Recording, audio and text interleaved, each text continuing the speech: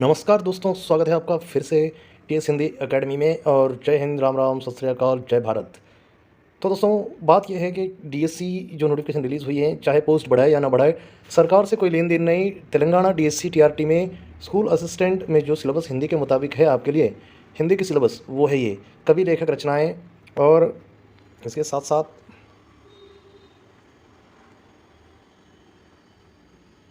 यहाँ आपको जितना भी सिलेबस हिंदी का है वो दिखाया जा रहा है। तो कवि लेखक रचनाएँ और विषय वस्तु, पृष्ठभूमि, चरित्र चित्रण, ये सब कंटेंट के अंतर्गत जो मैं बता रहा हूँ, ये सब आपका कंटेंट के अंतर्गत होगा। और इसके बाद प्राचीन मध्य आधुनिक साहित्य, प्राचीन मध्यकाल और आधुनिक साहित्य। क्या कहा? प्राचीन का मतलब है आदिकाल, ये आदिकाल के नीचे आता है। फिर हो गया आपका मध्यकाल, फिर आधुनिक काल, ये है। फिर इसके उपरांत आपको इसके साथ साथ यहाँ हिंदी भाषा पर अन्य साहित्यों के बारे में भी दिया जा रहा है। तो अन्य साहित्यों के बारे में ये जो दिया जा रहा है, ये भी आपको भाषाओं का प्रभाव जो है अन्य साहित्यों का, हिंदी भाषा पर अन्य साहित्य का जो प्रभाव पड़ता है उसके बारे में आपको यहाँ पढ़ना पड़ेगा। तदुपरांत आपको जो है यहाँ हिंदी भाषा और उपभाषाएँ और बोलियाँ जो है, ये आपको गुरुकुल में भी था, इस बार भी हैं। इसके बाद आपको जो मिलता है भाषा तत्व और व्याकरण, शब्द विचार, उपसर्ग प्रत्यय जैसे, और शब्द भेद, लिंग, कारक, काल और शब्द रूपांतरण, ये सब आपको यहाँ जो है दिया जाएगा। इसके उपरांत आपको मिलेगा यहाँ शब्द विचार के बाद शब्द भेद, लिंग, वचन, कारक, काल और शब्द रूपांतर, शब्द अर्थ, भिन्न भिन्न अर्थ, पर्यायवाची शब्द और विलोम शब्द, ये सब कंटेंट के नीचे आता है। ग्रामर प्लस कंटेंट और लिटरेचर, ये सब मिला के यहाँ दिया गया है, डाउट ना हो। हिंदी कंटेंट 44 मार्क्स के लिए ये सब मिलाकर दिया जाता है, जैसे कंटेंट, साहित्य और ग्रामर मिलाकर दोस्तों। और इसके बाद हिंदी स्कूल असिस्टेंट हो या एलपी, सिलेबस लगभग सेम होती हैं, एक जैसी होती हैं। और वाक्य संरचना, वाक्य भेद, घटनाक्रम, वाक्यक्रम, फिर वाच्य, संधि, समास, मुहावरे, लोकोक्तियाँ, कहावतें और वर्तनी, ये सब आपको पढ़नी पड़ेंगी। फिर विशिष्ट प्रयोग जैसे चाहिए या अपना, ये सब ये भाषा की मानक बातें हैं, ये सीखना पड़ता है। व्याकरण और उसकी परिभाषाएं, उदाहरण, प्रयोजन, अनुवाद, आवश्यकताएं और इनके प्रकार, इन सब का बोध जो है आपको पढ़ना पड़ता है। फिर बोधक गद्यांश और बोधक पद्यांश, यानी कि जो अपठित और पठित गद्यांश पद्यांश होते हैं, ये आपको आते हैं। इसके आपको 5 मार्क मिल जाते हैं लगभग। फिर हिंदी मेथोडोलॉजी, हिंदी मेथोडोलॉजी के अंतर्गत आपको भाषा, अर्थ, परिभाषा और भाषा का महत्व, ये सब पढ़ना होता है। फिर आपको जो है यहाँ हिंदी भाषा के बारे में पढ़ना पड़ेगा। प्रथम भाषा के रूप में हिंदी, द्वितीय भाषा, सरकारी भाषा के रूप में त्रिभाषा सूत्र के बारे में ही पढ़ना होगा। इसके उपरांत आपको पढ़ना होगा भारतीय संविधान में हिंदी भाषा का स्थान कैसे होगा, ये सब आपको पढ़ना पड़ेगा। इस हिसाब से भारतीय संविधान जो है, इसमें हिंदी का स्थान कहाँ तक है, विभिन्न व्यवसायों से जुड़ी भाषा है हिंदी किस प्रकार, और भाषा संबंधी मुद्दे एवं नीतियाँ, विद्यालयी, राष्ट्रीय एवं राज्य पाठ्यचर्या, इन सबको, पाठ्यचर्या मतलब एससीईआरटी की जो सिलेबस होती है, इसके बारे में पढ़ना होता है। क्या कहा इसमें? राष्ट्रीय एवं राज्य की पाठ्यचर्या की रूपरेखाएं, तो स्टेट सिलेबस और नेशनल सिलेबस के बारे में आपको यहाँ पढ़ना पड़ता है इस सिलेबस में।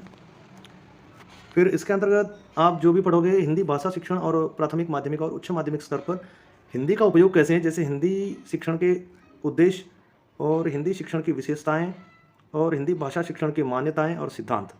इसके उपरांत आपको पढ़ना है भाषा शिक्षण के सूत्र, फिर भाषा शिक्षण की प्रणालियाँ, भाषा शिक्षण की पद्धतियाँ वगैरह आपको पढ़ना पड़ता है।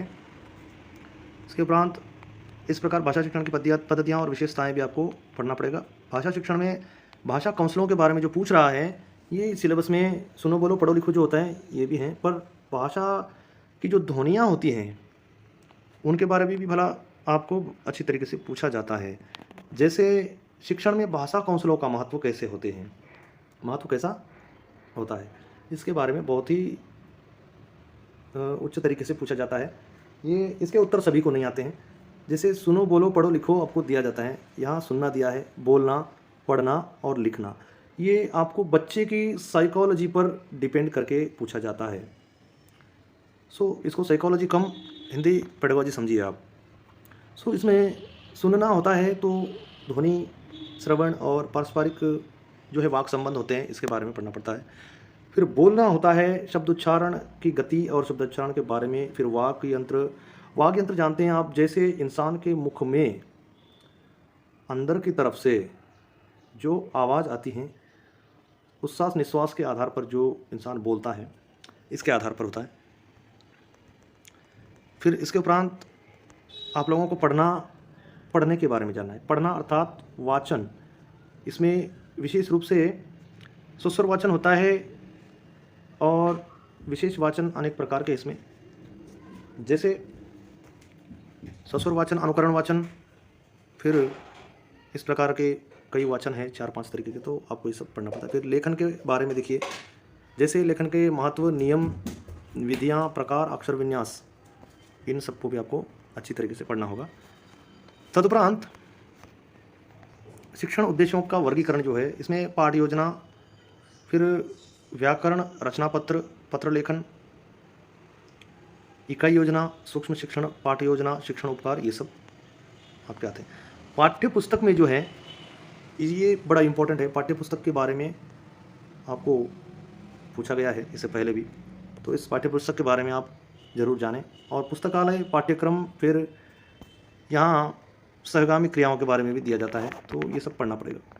बालक का विकास जो है ये भाषा शिक्षण और अधिगम का मनोविज्ञान, भाषा विचारधारा पर रचनात्मकता के रूप से जो है आधारित होता है, तो इसके बारे में पढ़ना पड़ेगा। मूल्यांकन के बारे में, मूल्यांकन की धारणा के बारे में भी पढ़ना पड़ेगा, पेडागोजी के अंतर्गत, ये पेडागोजी के अंतर्गत। फिर यहाँ जो आप पढ़ोगे इसके अंदर आपको निरंतर समग्र मूल्यांकन के बारे में और उद्देश्य आधारित मूल्यांकन के बारे में, उत्तम परीक्षा की विशेषताओं के बारे में और उपलब्धि परीक्षा प्रश्न पत्रों के बारे में, निदानात्मक उपचारात्मक शिक्षण के बारे में भी आपको पढ़ना होता है। इस प्रकार इसके उपरांत आपको जो सिलेबस मिलता है ये है जीएस का। जीएस के सिलेबस में आप अच्छी तरह पढ़ेंगे तो ठीक हो जाएगा। जीएस के बारे में बताते हैं। जीएस में आपको पढ़ने को मिलेगा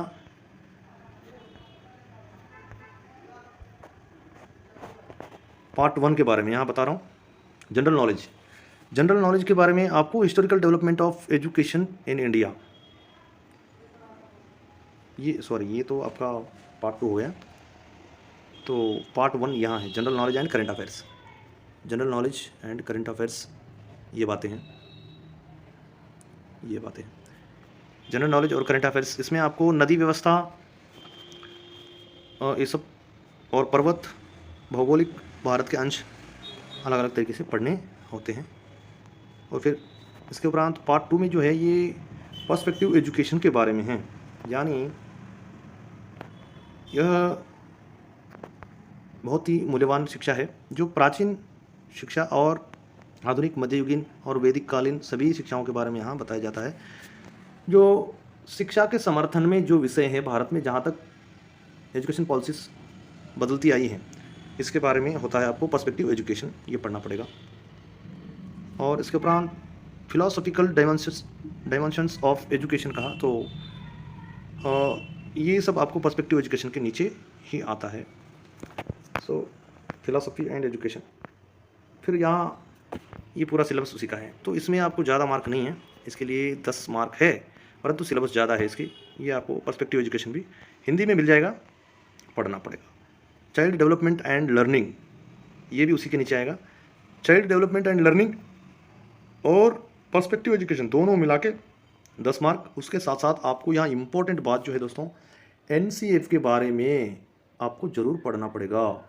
एनसीएफ और 2020 की पॉलिसी, वो यहाँ तो दिया नहीं है, लेकिन आपको पूछेगा 2020 की पॉलिसी के बारे में भी पूछेगा, ज़रूर पूछेगा। जैसे कि गुरुकुल में पूछा गया था दोस्तों, 2020 की एजुकेशन पॉलिसी के अनुसार शिक्षा व्यवस्था कैसी होगी, तो वो होगी 5+3+3+4, ये पॉलिसी होगी, तब डिग्री कंप्लीट होगी। KG to PG तक इस प्रकार होगा। 5th क्लास का पट्टा आएगा, बाद में +3 यानी 8th क्लास, फिर +3 यानी 11th तक, फिर +4 यानी डिग्री फाइनल ईयर तक का सर्टिफिकेट्स। इस तरीके से आपको इसके उपरांत आपको SCRT, IA, SE, CTE, DIETs, इनके बारे में क्या पूछ रहा है देखिए। Related to educational societies, institutions relating to teacher and teacher education, NCERT, NCTE, RCI, SCRT, IISc एंड CTE, डॉइट, इनके बारे में एजुकेशन से रिलेटेड जो बातें होती है SCRT की और NCERT की, उनके बारे में पढ़ना होता है। इसके बाद एजुकेशनल कंसर्न्स इन कॉन्टेम्प्ररी इंडिया कहा है, तो environmental education, meaning, scope, concept, ये सब पार्ट अलग है। पर पर्सपेक्टिव एजुकेशन की बात कही तो यहाँ ज़्यादा से ज़्यादा आपको सोसाइटी के बारे में पढ़ना पड़ता है। सोसाइटी कैसे बदलती आई है, कैसे विद्यार्जन करती थी और किस प्रकार कर रही है, इस प्रकार भारत में विद्या व्यवस्था कैसे बदलती आई है, इसके लिए बुक्स भी हैं और हम भी खुद वीडियोस डालेंगे। आज तक के लिए जितने भी वीडियोस सिलेबस पर बना रहे हैं ये काफ़ी ज़ोरदार वीडियोस हैं, ये ज़रूरी हैं। जिसने भी लाइक, शेयर, सब्सक्राइब नहीं किया है वो ज़रूर करिए, कम से कम सब्सक्राइब करिए और बेल बटन को दबाना ना भूलें। इसी बेल बटन की सहायता से आपके दोस्त, आपके भाई, आपके प्यारे इस TS हिंदी अकेडमी के संचालक गणेश को आप मदद करिए, तो आपको भी यहाँ से बहुत सारी इन्फॉर्मेशंस मिलते रहेंगी। सोचता हूँ कि मेरी शेरनी बहन, शेर भाई, हर एक शेर मुझे मदद करेगा। धन्यवाद, थैंक यू। फिर से मिलेंगे नए वीडियो के साथ। Thank you.